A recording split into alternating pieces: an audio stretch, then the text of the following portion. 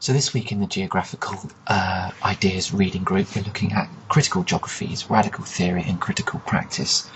In the lecture we looked at Karl Marx and his influence on Marxist geographies, and in this reading there were also mentioned in dispatches feminism and post-colonial geographies that we'll be turning to next week. This week, in Duncan Fuller and Rob Kitchen's piece, Radical Theory, Critical Practice, Making a Difference Beyond the Academy, looking at a range of questions, thinking about what inspiration should we take from Karl Marx's notion that geography and geographical knowledge isn't there simply to understand the world, but crucially it's there to transform the world, it's to change the world. What role should we as academics and you as scholarly students have in relation to that world? Is your job simply to understand that world, write good essays, get a good degree, or to use your knowledge, your privileged position almost within society, as someone who can afford to and intellectually capable of doing a degree, should you use that knowledge in trying to improve the world in some way? That notion that our knowledge is there to actually change the world in certain ways is actually embodied in the very presence of this paper. As we can see, it's an e-press Praxis publication, and often many of these publications are instead of being copyright, they are copyleft, i.e. they're free access and openly available to anyone.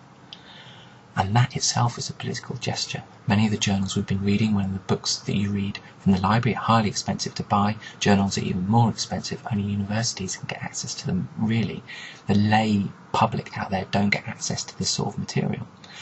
And yet, if it's through this e-press, then it's freely available to anyone via the internet.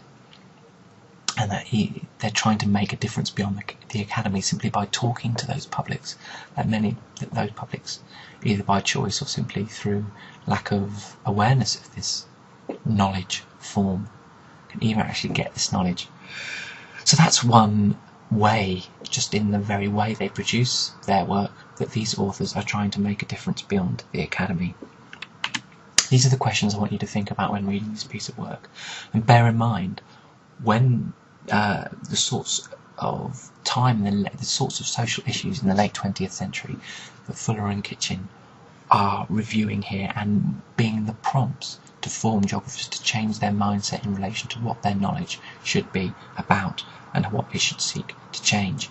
Geography and the social sciences more broadly always has this reciprocal relationship to society. It has to mirror and tackle and answer the questions that broader society want to have. What were the social issues in the 1960s and the 1970s and indeed the 1980s up until the present day that prompted concern amongst social geographers and sought them to change and reinvent themselves in order to tackle those issues more broadly? What indeed were the external debates that were changing the very nature of the discipline? And then from that, what impassioned plea does Smith make in 1976 in relation to these social issues? Once you realise what his opinion is, what's your opinion about his stance on these issues? What do you think geography should be? How should it relate itself to the broader issues of the day? From this broader reading, I want you to think about, would you take the position of someone like Don Mitchell, who says that geography is there to provide knowledge for other people to do something with? Or would you take the position of someone like Ian Maxey, who would suggest that we have to use that knowledge and connect with the trenches ourselves? How would you justify your position on this argument? And would this be an argument that you could perhaps rehearse in your essays later in the module?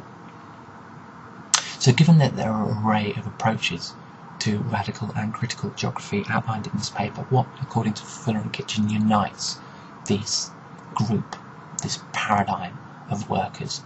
And what role, in your opinion, should geographers take on social issues? Should we seek to connect with the trenches? Should I seek to radicalise you and become revolutionaries within society?